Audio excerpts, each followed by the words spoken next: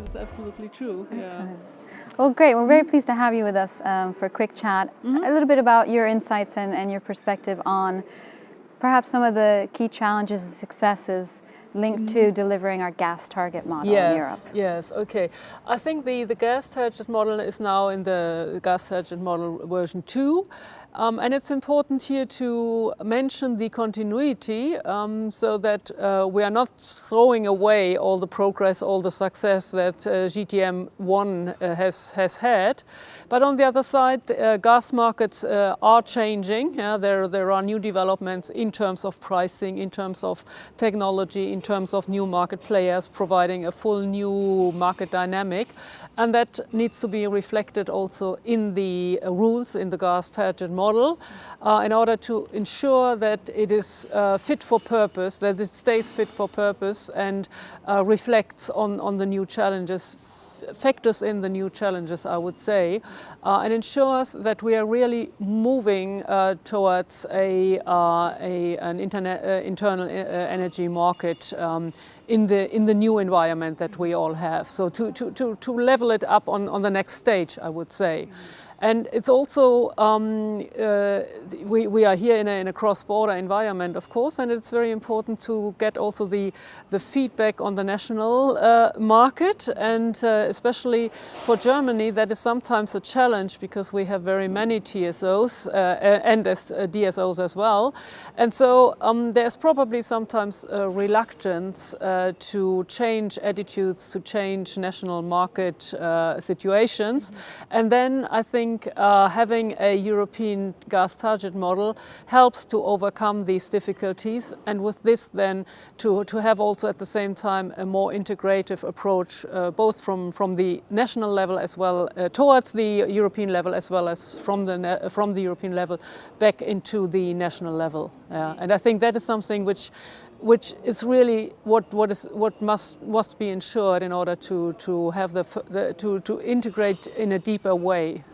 So that's I think the moment where we are with the gas target model, as also outlined a little bit already in the bridge document, in the ACER bridge document.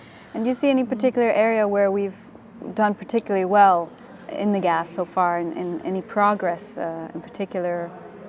I would say in taking up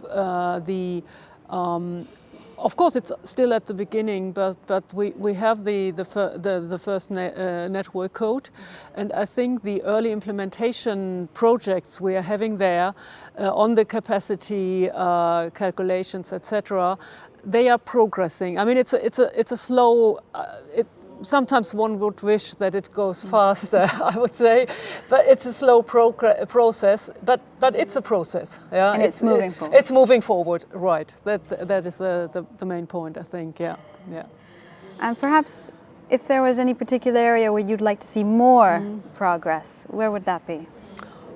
You mean in the gas? In the gas sector, or even in our general efforts to achieve the market? Yeah, I think, and we are here in Florence for the Electricity Forum. It is the efforts of all market parties, all stakeholders, must be intensified. I think we have seen this to incorporate the changes. For example, the electricity gas relationships, which take more importance in order to ensure that the integration of renewables, which of course mainly takes part on the electricity side, is backed in a way also by the electricity gas development, so that the two sectors are, let's say, progressing on a little bit on the same speed, because for a long time I think gas was way behind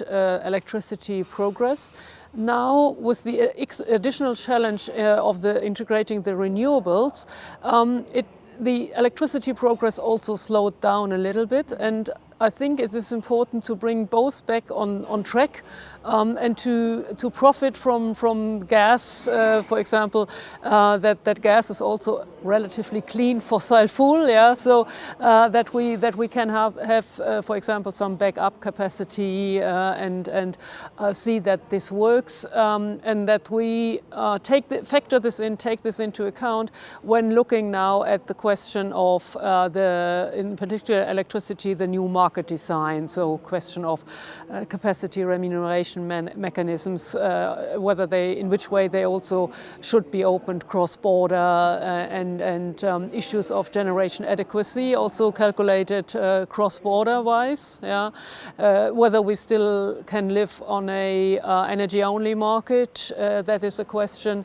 or whether we have to broaden our understanding or our market rules to integrate renewables fully. Yeah, I think these are absolutely open questions. I'm not pretending to have any answer or to take any sides. Yeah? I mean, this is an ongoing process. So indeed, I think one of the main challenges also theoretically is to develop the market design, and in order to integrate renewables fully, and also to make sure that we are actually moving to a carbon-free or carbon-low economy, because I think that is something which is vital not only for theoretically reaching climate targets, but for moving towards a cleaner, a greener economy with all the benefits in terms of growth and well-being, of course, for all citizens in Europe can have. Yeah, I think that is something.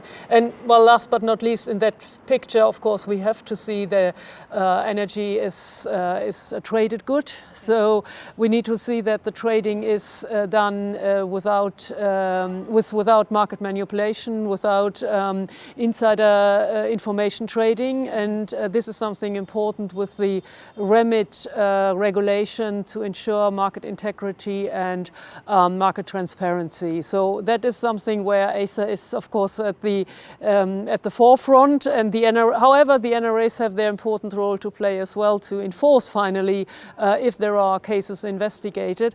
And I think it's important here that ACER and NRAs each do their best to work fulfill their role as best as possible and interact in a way that the resources are put to best use, because each of us has constraints in resources, so that indeed we all manage to implement REMIT in the best possible way to prevent false trading or market misbehavior and all the issues there that could infringe ultimately and could bring higher prices, for example, to consumers. And I think that is therefore very important here to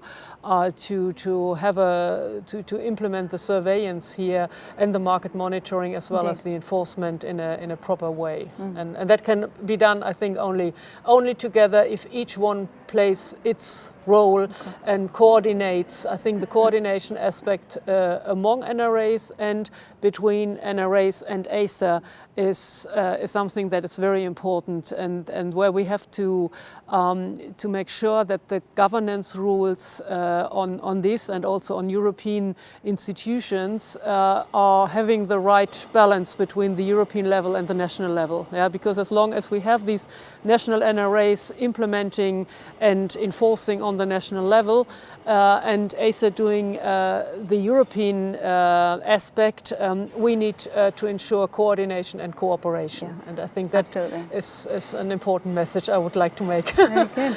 Well, thank you very much. We have a lot of work to do. Okay, yes, that is true. Yeah, I think we will not stop working or run out of work, I should say.